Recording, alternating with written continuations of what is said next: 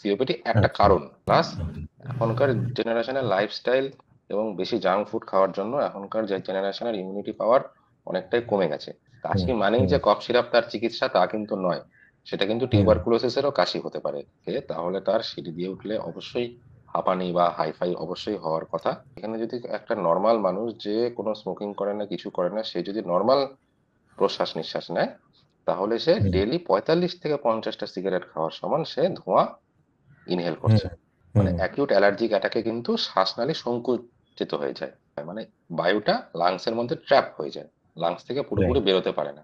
অসুখ দু রকমের হুম, হয়, একটা হচ্ছে অ্যাকিউট এবং হচ্ছে ক্রনিক। হুম, ক্রনিক মানে যেটা হুম, দীর্ঘদিন ধরে যেটা মানুষকে ভোগায় সেটাকে বলে ক্রনিক। হুম, এবার সিওপিডির যে ওকে। মূল চিকিৎসা সেটা হচ্ছে, সিওপিডির সঙ্গে যদি কোনো ইনফেকশন হয় তাহলে সেটা আরো মারাত্মক আকার ধারণ করতে পারে।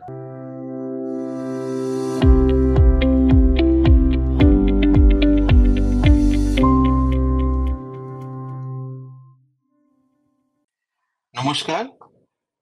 আমাদের ইউটিউব চ্যানেলের নতুন এপিসোডে আপনাদের স্বাগত। আজকের আলোচনার বিষয় হলো সিওপিডি বা ক্রনিক অবস্ট্রাকটিভ পালমোনারি ডিজিজ, যা একটি খুব গুরুত্বপূর্ণ শ্বাসকষ্টজনিত সমস্যা আমরা সবাই দেখে থাকি। আমাদের সঙ্গে রয়েছেন বিশেষজ্ঞ ডক্টর সোমনাথ সরকার, যিনি এই রোগের লক্ষণ, প্রতিরোধ এবং চিকিৎসা নিয়ে বিস্তারিতভাবে আলোচনা করবেন। আপনারা এই ভিডিওটি দেখুন এবং অনেক কিছু গুরুত্বপূর্ণ তথ্য জেনে নিন। আপনাদের প্রশ্ন থাকলে কমেন্ট সেকশনে অবশ্যই জানাবেন। ধন্যবাদ। তো শুরু করি। Thank you, Dr. Somnath Sarkar, for being part of this our YouTube channel Bangla Health with iCure, এবং অনেক অনেক ধন্যবাদ আমাদের কে সময় দেওয়ার জন্য, আপনার বহুমূল্য সময় দেওয়ার জন্য। সো আমরা শুরু করব আপনার ইন্ট্রোডাকশন দিয়ে। আপনি যদি আপনার ব্যাপারে কিছু বলেন। আমি গুড মর্নিং, আমি ডক্টর সোমনাথ সরকার, আমি বালুরঘাট জেলা হাসপাতালে আছি। আমি বালুরঘাট জেলা হাসপাতালের সিসিউতে আছি। এখানে আমি পেশেন্টদেরকে ট্রিট করি। তো আমরা শুরু করব ডক্টর সোমনাথ সরকার, যে আজকের যুগে মানুষের সব বয়স থেকেই শ্বাসকষ্ট হয়, এবং এটার মূল কারণটা কি? এখনকার দিনে দেখা যাচ্ছে যে ছোট বড় সমস্ত বয়সের মানুষদের নানান রকম সময় বছরের একবার দুবার বা একাধিকবার তাদের শ্বাসকষ্টের সম্মুখীন হচ্ছে। এটাকে আমরা হুম, জেনারেল ভাষায় বলি অ্যাজমা বা হুম, রেসপিরেটরি ট্র্যাক্ট ইনফেকশন বা সিমটমস। শ্বাসকষ্টের যে সমস্যাগুলো এটা যখন বৃহৎ আকার ধারণ করে তখনই সেটা অ্যালার্মিং হয়ে যায়। হুম, এই সমস্ত অ্যাজমা বা রেসপিরেটরি ট্র্যাক্ট যে ইনফেকশনস গুলো হয় বয়স্ক বা কম বয়সী যে আমাদের জেনারেশন আছে তাদের, এটার মূল কারণ হচ্ছে পলিউশন এবং বিভিন্ন রকম যে পলিউশনসের যে দানাগুলো যেগুলো ঘুরে বেড়ায়, যেগুলো যে পার্টিকেলস গুলো, সেগুলো এখন মূল কারণ। তারপর যে অ্যালার্জেন্স গুলো ঘুরে ঘুরে বেড়ায় আমাদের সিজনে বা হুম, আমাদের এনভায়রনমেন্টের মধ্যে, সেগুলোর জন্য এই সমস্যাগুলো হচ্ছে। আচ্ছা, প্লাস এখনকার জেনারেশনের লাইফস্টাইল এবং বেশি জাঙ্ক ফুড খাওয়ার জন্য এখনকার যে জেনারেশনের ইমিউনিটি পাওয়ার অনেকটাই কমে গেছে। সেই জন্য তাদের হুম। রোগ প্রতিরোধ ক্ষমতা কমে যাওয়ার জন্য তাদের এই অ্যাজমাটিক অ্যাটাক বা রেসপিরেটরি ট্র্যাক্ট ইনফেকশন এগুলো বেশি মাত্রায় দেখা দিচ্ছে। তো সিওপিডি রোগের কথা আজকাল আমরা অনেক শুনি, আমাদের যে ইন্টারভেনশন সেখানেও আমরা অনেক শুনে থাকি। সিওপিডি ব্যাপারে আপনি যদি একটু বিস্তার করে বলেন। সিওপিডি হলো ক্রনিক অবস্ট্রাকটিভ পালমোনারি ডিজিজ, মানে ক্রনিক। অসুখ দু রকমের হুম, হয়, একটা হচ্ছে অ্যাকিউট এবং হচ্ছে ক্রনিক। হুম, ক্রনিক মানে যেটা হুম, দীর্ঘদিন ধরে যেটা মানুষকে ভোগায় সেটাকে বলে ক্রনিক। হুম, তার মানে হুম, এই হুম, অসুখটার একটা ক্রনিক ফেজ আছে। তারপরে আছে হুম, অবস্ট্রাকশন। অবস্ট্রাকশন মানে হুম, বাধাপ্রাপ্ত হওয়া, তার মানে হুম, আমরা যে শ্বাস নিচ্ছি, প্রশ্বাস হুম, যেটা নিচ্ছি আমরা, সেইটাকে হুম, অবস্ট্রাকশন করছে। কোথায়? আমাদের যে শ্বাস নালী আছে সেই শ্বাস নালীর মধ্যে এমন কিছু জিনিস ঘটছে যার জন্য আমাদের প্রশ্বাসটা বাধা প্রাপ্ত হচ্ছে। পালমোনারি হুম, মানে ফুসফুসের, এবং হুম, ডিজিজ মানে রোগের। তার মানে আমাদের ফুসফুসে এমন একটা জিনিস ঘটছে যার জন্য আমরা যে হুম, প্রশ্বাসটা নিচ্ছি সেটা বাধাপ্রাপ্ত হচ্ছে। এটাই সিওপিডি। রাইট। এবং এটা ক্রনিক ফেস, মানে এটা দীর্ঘদিন ধরে মানুষকে ভোগায়। অ্যাকিউট না যে আজকে হলো কালকে সেরে গেল 4-5 দিন থাকলো তারপরে সেরে গেল অ্যান্টিবায়োটিক, সেরকম না, এটা মানুষকে ভোগাচ্ছে দীর্ঘদিন ধরে, এটাই সিওপিডি। সারা পৃথিবী জুড়েই আমরা অনেক দেখছি সিওপিডি পেশেন্ট বাড়ছে। মানে এটা recently maybe in the last 15-20 years থেকে অনেকটা বেশি বেড়েছে। তার মেইন কি রিজন হতে পারে? তার মেন রিজন যদি আমরা বলি তাহলে সেটা হচ্ছে পলিউশন। পলিউশন হুম, বাড়াটাই মেন কারণ। কারণ যে হারে যানবাহন বেড়েছে আমাদের পৃথিবীতে বা আমাদের দেশে বা রাজ্যে, তার থেকে যে হুম, নির্গত যে ধোঁয়া এবং এই যে হুম, কলকারখানার যে নানান রকম ধোঁয়া, সেই ধোঁয়ার জন্য মানুষের ফুসফুসের মধ্যে নানান ধরনের পার্টিকেলস, দূষিত পদার্থ এগুলো ঢুকছে।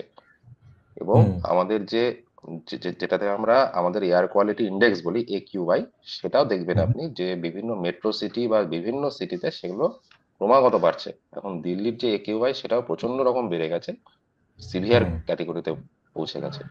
সিভিয়ার হুম, ক্যাটেগরি মানে সেখানে যদি একটা নর্মাল মানুষ যে কোনো স্মোকিং করে না, কিছু করে না, সে যদি নর্মাল প্রশ্বাস নিঃশ্বাস নেয়, তাহলে সে হুম, ডেইলি 45 থেকে 50টা সিগারেট খাওয়ার সমান সে ধোঁয়া ইনহেল হুম, করছে। এটাই হুম। মেন কারণ সিওপিডি পেশেন্ট বাড়ার জন্য। ওকে, ওকে। তাহলে কি এটা বলা ঠিক হবে যে খালি শহরের মানুষদেরই সিওপিডি হচ্ছে, আর যারা গ্রামে রয়েছে, প্রত্যন্ত জায়গায় রয়েছে, তাদের কোনো সিওপিডি হচ্ছে না? না, এটা বলা একদমই ঠিক হবে না। কারণ গ্রামের হুম, মানুষদেরও সিওপিডি হয়। কারণ গ্রামের হুম, মধ্যে যেটা আমাদের উনুন ইউজ করি, সেই উনুনের যে নির্গত ধোঁয়া সেটাও সিওপিডি হওয়ার অন্যতম কারণ হিসেবে দেখা যায়। কারণ আচ্ছা। গ্রামে এলপিজির ব্যবহার কম এবং গ্রামের মধ্যে হুম, ধুলোর পরিমাণটা বেশি, মানে ডাস্ট পার্টিকেলস, সেই থেকেও হুম। সিওপিডি হতে পারে। লাংস বা ফুসফুস যে অ্যাকচুয়ালি খারাপ হচ্ছে বা এটা পুরোপুরি হেলদি নয়, সেটা কিভাবে বোঝা যেতে পারে? একটা সাধারণ মানুষ সেটা কিভাবে বুঝতে পারে? একটা সাধারণ মানুষ যখন আসবে, যখন যে হুম, হুম, কোনোদিনই স্মোক করে না, তার হুম, বিভিন্ন সময় শ্বাসকষ্ট দেখা দেবে, তার বিভিন্ন হুম, সময় সর্দি দেখা দেবে। এবার আমি হুম, আবারও বলছি, সিওপিডি কিন্তু একদিন বা এক সপ্তাহের অসুখ নয়, এটা একটা ক্রনিক রোগ। তাহলে প্রথমেই হুম, কিন্তু আমাদের শ্বাস-প্রশ্বাসের যে পাইপ আছে, আমাদের এয়ারওয়ে বা হচ্ছে হুম, ট্রাকিয়া আছে, সেখানে প্রথমেই কিন্তু অবস্ট্রাকশন হবে না। সেখানে আগে হুম। ইরিটেশন হবে, ইনফ্লামেশন হবে, হতে সেটা অবস্ট্রাকশনের পর্যায়ে যাবে। তখন তার মানে আচ্ছা। একটা মানুষ যখন প্রথম অবস্থায় আসবে, হুম, সে হুম, বলবে যে ডাক্তারবাবু, আমার মাসে ১ বার বা ২ মাসে, ৩ মাসে শ্বাসকষ্ট হচ্ছে, বা আমার আ কাশি হচ্ছে, সর্দি-কাশি বারবার করে আসছে এবং আমি একটু হুম। হাঁটলেই বা একটু ভারী কাজ করলেই হাঁপাচ্ছি।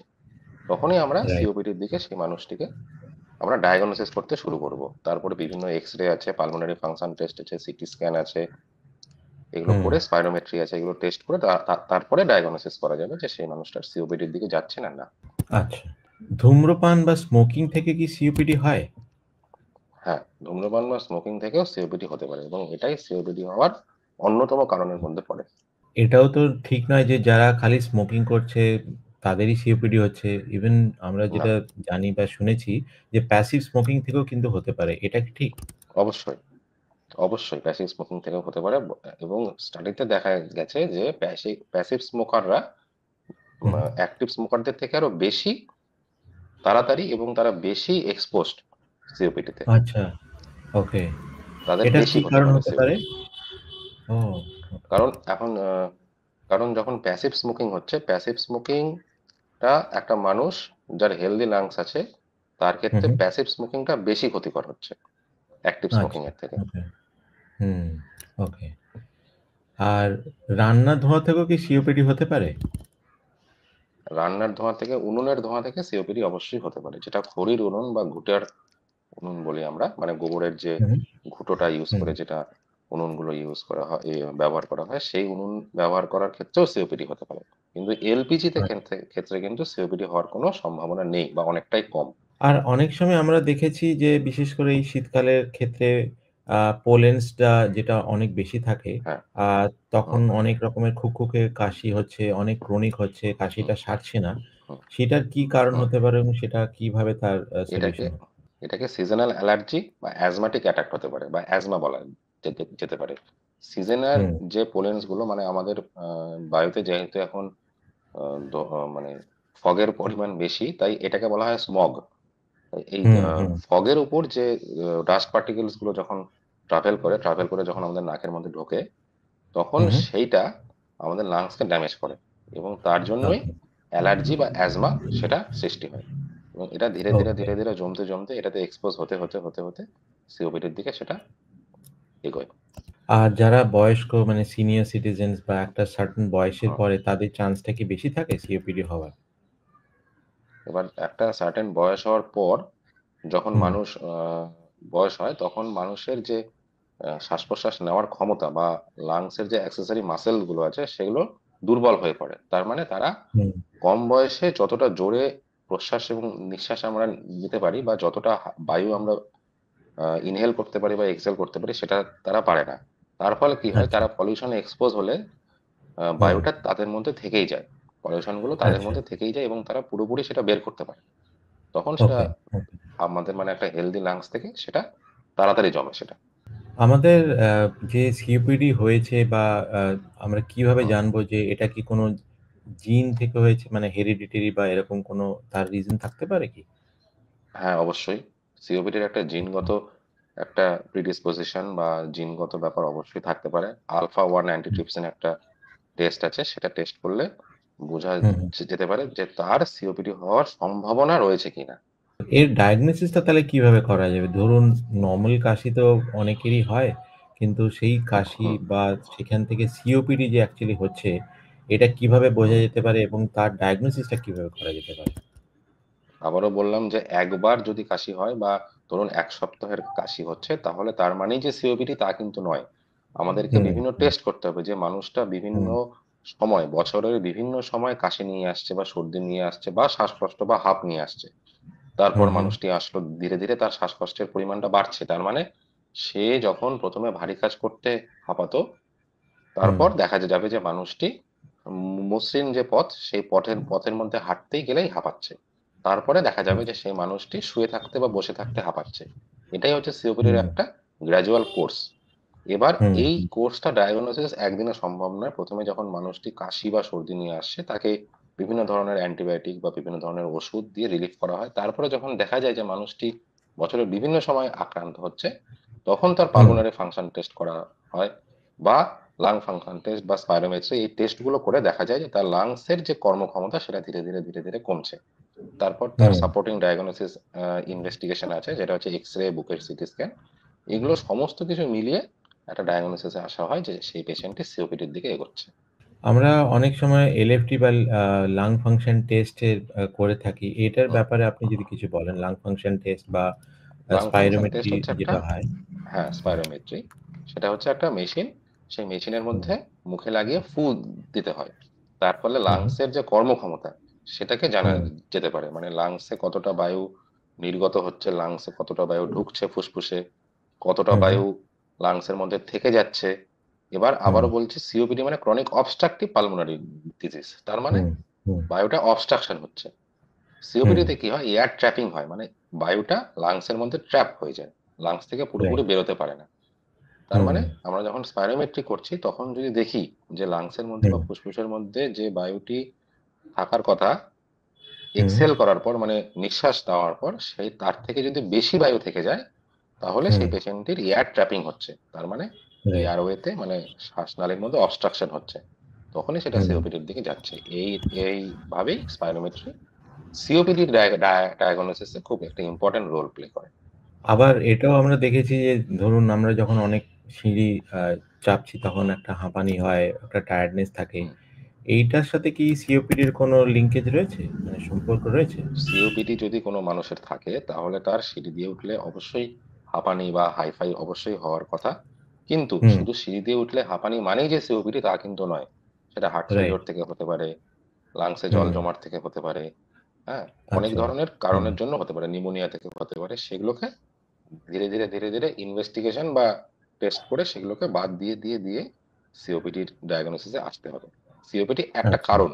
সিঁড়ি দিয়ে উঠে হুম। হাঁপ ধরার একটা কারণ সিওপিডি। এটার তাহলে ট্রিটমেন্টটা কিভাবে করা যেতে পারে? মানে এর যে মূল চিকিৎসা এটা কি থ্রু মেডিসিনস হয় বা অন্যান্য কোনো ইন্টারভেনশনস রয়েছে বা ইনহেলার?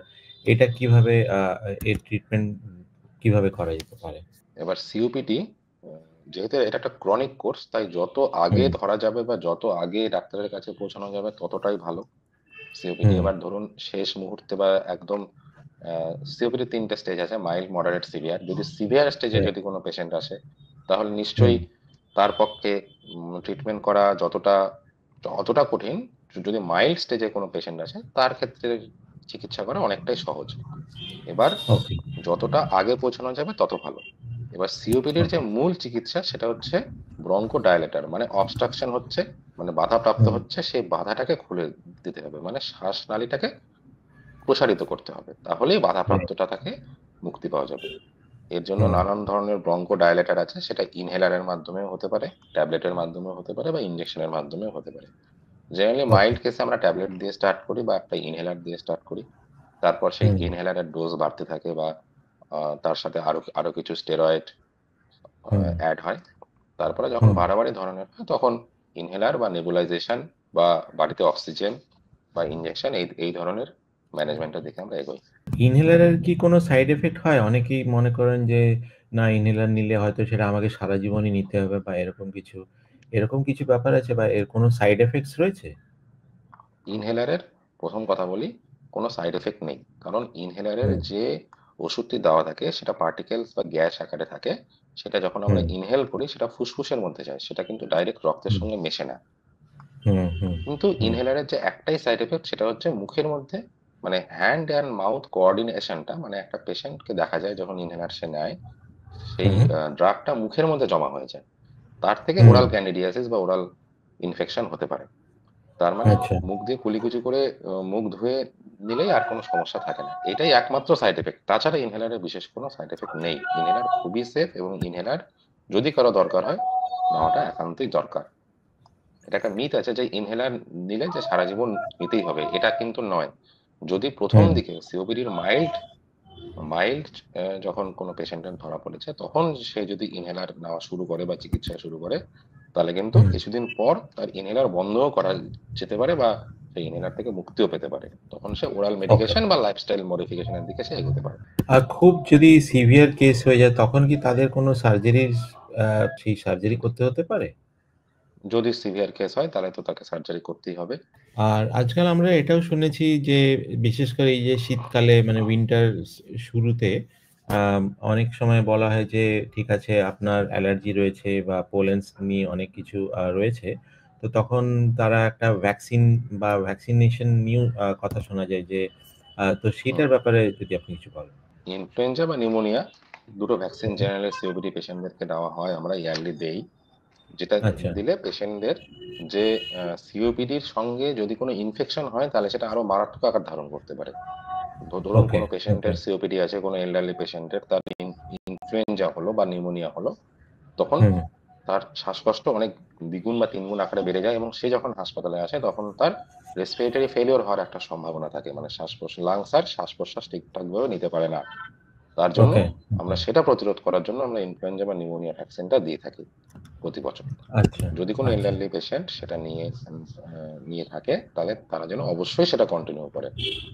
ইনফ্লুয়েঞ্জা ভ্যাকসিন ও নিউমোনিয়া ভ্যাকসিন যেটা আপনি বললেন সেটা নিতে হবে। সেটা ডাক্তারের অবশ্যই মানে তাদের অবশ্যই পরামর্শ অবশ্যই পরামর্শ তাদেরকে নিয়ে, নিতে হবে। অবশ্যই পরামর্শ হুম, নিয়ে একজন পালমোনোলজিস্ট বা রেসপিরেটরি হুম। মেডিসিন স্পেশালিস্টকে দেখিয়ে অবশ্যই সেটা নেওয়া উচিত। অনেকেই আবার এটা দেখেছি, আমরা প্রচুর দেখি আমাদের নিজেদের পেশেন্টদের রুরাল এরিয়াতে বা যে কাশি হয়েছে সোজা তারা ওষুধ দোকানে গিয়ে একটা কাফ সিরাপ নিয়ে তারা সেটাকে সারানোর চেষ্টা করছে এবং আস্তে, আস্তে করে সেটা ক্রনিক কন্ডিশনস এর দিকে চলে যায়। তো আমরা আমাদের যাদের স্বাস্থ্যকর্মী, হেলথ ওয়ার্কার, আশা, এএনএম এর থ্রু দিয়ে আমরা যেটা বলতে চাই যে কাশি হওয়া মানেই যে নিজের থেকে সেলফ ডায়াগনোসিস করে ওষুধ দোকানে গিয়ে একটা কাফ সিরাপ খেয়ে নেওয়ার সেটা নয়। এটার ব্যাপারে আপনি একদম নয়। কিভাবে তাদেরকে সচেতন করবেন? এবার কাশি অনেক ধরনের হয়, একটা chronic calf, acute calf, allergic calf, অনেক ধরনের হুম, কাশি হয়। হুম, কাশি মানেই হুম, যে কফ সিরাপ তার চিকিৎসা, তা কিন্তু নয়। সেটা কিন্তু হুম, টিউবারকুলোসিসেরও কাশি হতে পারে, বা হ্যাঁ, সিওপিডিরও কাশি হতে পারে, বা নিউমোনিয়ারও কাশি হতে পারে। তাই ডাক্তার হুম, দেখিয়ে এক একবার অন্তত চেস্টটা দেখিয়ে, মানে বুকটা একবার স্টেথো দিয়ে দেখিয়ে ডাক্তার বাবুকে সেইটা হুম, ডায়াগনোসিস করে নিশ্চয়ই কাশির হুম, সিরাপ বা ট্রিটমেন্টটা করাটা বুদ্ধিমানের কাজ। শুধু শুধু হুম, কাশির ওষুধ হুম। খেয়ে থাকাটা উচিত নয়। সেটা যদি তাহলে আমরা টিউবারকুলোসিসের আমাদের কাশি হয়, তাহলে কিন্তু সেই কাশির ওষুধও কমবে না। একদমই তাই। আমাদের পেশেন্টের উদ্দেশ্যে বলব যে নিজের থেকে বিশেষ করে কাশিটা সামান্য থেকে সেটা যেকোনো একটা খুব ব্যা বিপদের মতো সম্মুখীন হতে পারে। তার জন্য সেলফ হুম, ডায়াগনোসিসটা আমরা অবশ্যই করা উচিত নয়। সেটা আমরা বলব। অবশ্যই, অবশ্যই। আ একদমই। সিওপিডি রোগীদের জীবনযাত্রা ও ডায়েট কেমন হওয়া উচিত? ধরুন তারা একটা ডায়াগনোসিস হয়েছে বা সিওপিডি মনে হয়েছে তারা অলরেডি এফেক্টেড। তো তাদের কি খাওয়া-দাওয়া বা কোনো পার্টিকুলার খাওয়া-দাওয়া তাদেরকে এভয়েড করতে হবে বা খেতে হবে? সেই ব্যাপারে যদি আপনি কিছু বলেন। খাওয়া দাওয়া, প্রথমে আসে খাওয়া দাওয়া অ্যাভয়েডের ক্ষেত্রে। সিওপিডি যেহেতু এটা হুম ক্রনিক কোর্স, তাই এখানে হুম অ্যালার্জেন্স যুক্ত খাবার যেটাতে পেশেন্টের অ্যালার্জি হয়। অ্যালার্জি হুম এমন একটা জিনিস, ধরুন আমার ডিমে অ্যালার্জি আছে বা আমার লাউতে অ্যালার্জি আছে বা চিংড়িতে অ্যালার্জি আছে। এবার হুম অ্যালার্জি যখন একটা মানুষের হয়, মানে হুম অ্যাকিউট অ্যালার্জিক অ্যাটাকে কিন্তু শ্বাসনালী সংকুচিত হয়ে যায়। হুম সিওপিডিতেও হুম শ্বাসনালী অবস্ট্রাকশন হচ্ছে এবং হুম অ্যালার্জিতেও যদি আমরা শ্বাসনালী সংকুচিত হতে দেখি, তাহলে অসুখটা হুম আরো মারাত্মক আকার ধারণ করবে। তার মানে ওকে ওকে অ্যালার্জি যে খাবারে পেশেন্টের হয় সেই খাবারগুলো যদি অ্যাভয়েড করা যায় তাহলে অবশ্যই ভালো, সেটাই উচিত করা। ওকে এবার আসি আচ্ছা কোন কোন আচ্ছা খাবার খাওয়া যাবে। হুম অ্যান্টিঅক্সিডেন্ট যুক্ত, মানে সিওপিডিতে কি হয়, লাংসটা শ্বাস প্রশ্বাস ঠিকঠাক করে নিতে পারে না, এয়ার ট্র্যাপিং হয়, তো হুম তার মানে হুম অ্যান্টিঅক্সিডেন্ট বা হুম ভিটামিন সি বা হুম এমন কোনো যে খাবারগুলো যেগুলো খেলে লাংসের টিস্যু বা লাংসের যে সেলগুলো হেলদি থাকে, সেই খাবারগুলো খেলে ফুসফুসের ক্ষেত্রে ভালো। যেমন ওকে সিজনাল ওকে ফল, লেবু, হুম মৌসম্বি, এগুলো খাওয়াটা সিওপিডির ক্ষেত্রে অবশ্যই উপযোগী। তো আমরা সেটা নিয়ে আমরা ডায়েট নিয়ে ডিসকাস করলাম এবং এই যে সিজনাল চেঞ্জ নিয়ে যেটা বললাম, যেটা আমরা আলোচনা করলাম। আর যাদের এখনো সিওপিডি হয়নি বা প্রিকশন নিয়ে তারা কিভাবে তাদের what should be the precaution, তাদের কি কি হ্যাঁ, প্রিকশন নেওয়া উচিত? প্রথম প্রিকশন হচ্ছে যাদের সিওপিডি হয়নি, যারা স্মোকার, যারা, তাদের অবশ্যই হুম স্মোকিং বন্ধ করতে হবে। স্মোকিং বন্ধ ওকে করাটা একটা ইম্পর্টেন্ট স্টেপ। এবার আসি হুম পলিউশনে। পলিউশন তো আমাদের হাতে নেই। এবার যতটা হুম সম্ভব পলিউশন থেকে নিজেকে বাঁচতে হবে। একটা হয় হুম ইনডোর পলিউশন, একটা হয় আউটডোর পলিউশন। আউটডোর হুম পলিউশনের ক্ষেত্রে বাঁচতে গেলে মাস্ক ইউজ করতে হবে। হুম আমরা হুম করোনার সময় মাস্ক ইউজ অনেকভাবে করেছি, কিন্তু তারপর আমরা হুম মাস্ক ইউজ করি না, কিন্তু এখনো মাস্কের প্রয়োজন হুম আছে এবং আগামী ক্ষেত্রে সেটা আস্তে আস্তে বাড়বে। এন নাইনটি হুম ফাইভ হুম মাস্ক অবশ্যই ইউজ করা উচিত যখন আমরা হুম বাইরে ট্রাভেল করছি, মেট্রো সিটিতে যখন আমরা যাওয়া আসা করছি, হুম অবশ্যই মাস্ক ইউজ হুম করা উচিত। হুম এবার ইনডোর পলিউশনের ক্ষেত্রে প্যাসিভ স্মোকিং, ইনডোর পলিউশনের হুম ক্ষেত্রে প্যাসিভ স্মোকিং অবশ্যই অ্যাভয়েড করা উচিত। যদি স্মোকিং একান্ত করতেই হয় তাহলে বাইরে গিয়ে বা অন্য একটা ঘরে গিয়ে যেখানে ফ্যামিলি মেম্বার্সরা নেই সেখানে করা হুম উচিত, যাতে ফ্যামিলি মেম্বার্সরা, বিশেষ করে বাচ্চারা এবং এল্ডারলিরা প্যাসিভ স্মোকিং এ এক্সপোজ না হন। এবার আসি ওকে ইন্ডাস্ট্রিয়াল পলিউশনের ক্ষেত্রে। এবার আমাদের হুম সরকারের হাতেই সেটা যে আমাদের ইন্ডাস্ট্রিয়াল পলিউশন যতটা সম্ভব কম করা। আর খড়ির হুম উনুন বা হুম কুটোর উনুন সেটা যতটা সম্ভব মিনিমাইজ করে এলপিজি তে শিফট হওয়া উচিত। এইভাবেই আচ্ছা সিওপিডি আটকানো সম্ভব হুম বা প্রিকশন নেওয়া সম্ভব। তো আজকে আমাদের অনেক কিছুই আমরা জানতে পারলাম আমাদের লাংস নিয়ে, শ্বাস নিয়ে, শ্বাসকষ্ট নিয়ে, কাশি নিয়ে, কিভাবে আমাদের থাকা উচিত, কিভাবে ভালো থাকা উচিত। তো সোমনাথ, অনেক অনেক ধন্যবাদ for your time, thank you, আপনার সময় দেওয়ার জন্য। Thank you, thank you so much. Yeah, thank you, নমস্কার। Thank you, thank you. হ্যাঁ। আমাদের সঙ্গে জুড়ে থাকার জন্য অনেক অনেক ধন্যবাদ। আশা করি আজকের এই সেশনে সিওপিডি লাং রিলেটেড ইস্যুস নিয়ে আপনারা অনেক কিছু মূল্যবান জানতে পেরেছেন। যদি আপনাদের ভালো লেগে থাকে তাহলে লাইক, শেয়ার এবং সাবস্ক্রাইব অবশ্যই করবেন। এবং আশা করি আমরা আপনাদের সাথে আরো অনেক কিছু নতুন টপিকস এবং বিষয়গুলো নিয়ে আসবো। যদি আপনাদের কোনো পার্টিকুলার টপিক আপনাদের মনে হয় আমরা সেটা আনা উচিত, তাহলে আমাদের কমেন্ট সেকশনে অবশ্যই জানাবেন। তাহলে আবার দেখা হবে নেক্সট সেশনে। ধন্যবাদ। ভালো থাকবেন, সুস্থ থাকবেন।